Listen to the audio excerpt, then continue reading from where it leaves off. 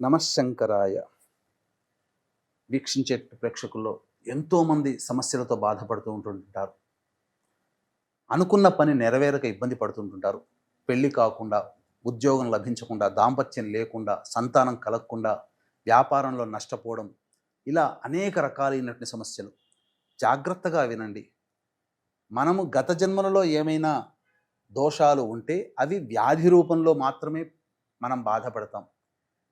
ఇది తప్ప మనం ఏ రకంగానైనా కానీ సమస్యలు అనుభవిస్తున్నామంటే పంచశాపాలు: స్త్రీ శాపము, గురు శాపము, దైవ శాపము, సర్పశాపము, పితృశాపము. ఈ 5 శాపాల వల్లనే మనం అనేక రకాలైన సమస్యలు, మనము, మన కుటుంబము, పిల్లలు. అంటే మన కుటుంబంలో తండ్రి లేదా భర్త వైపు 6 తరాలు, తల్లి లేదా భార్య వైపు 3 తరాల్లో దుర్మరణాలు పాలైనటువంటి వ్యక్తుల యొక్క ఆత్మ మోక్షాన్ని పొందకుండా ఉన్నందువల్ల నరకయాతన అనుభవిస్తూ, ఆ నరకయాతన నుంచి తప్పించే విధానంలో భాగంగా మనకు సమస్యలు సృష్టిస్తూ ఉంటుంటారు.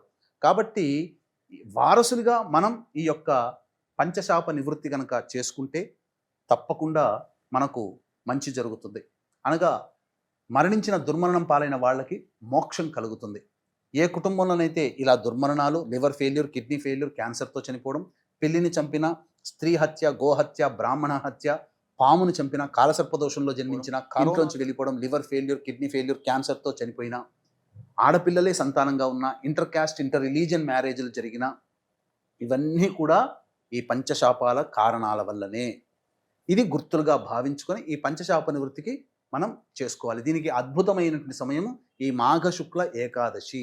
ఇది సాక్షాత్తు విష్ణువే పిశాచ యోని నుంచి గంధర్వుడిని, నాట్యకత్తెని ఆ యొక్క పిశాచ యోని నుంచి విమోచనం చేసి మోక్షాన్ని ప్రసాదించినటువంటి రోజు. కాబట్టి ఇంత అద్భుతమైనటువంటి 29వ తారీఖు జనవరి రోజున అందరూ కూడా ఈ యొక్క సంబంధించినటువంటి దోష నివారణ కార్యక్రమం జరిపించుకొని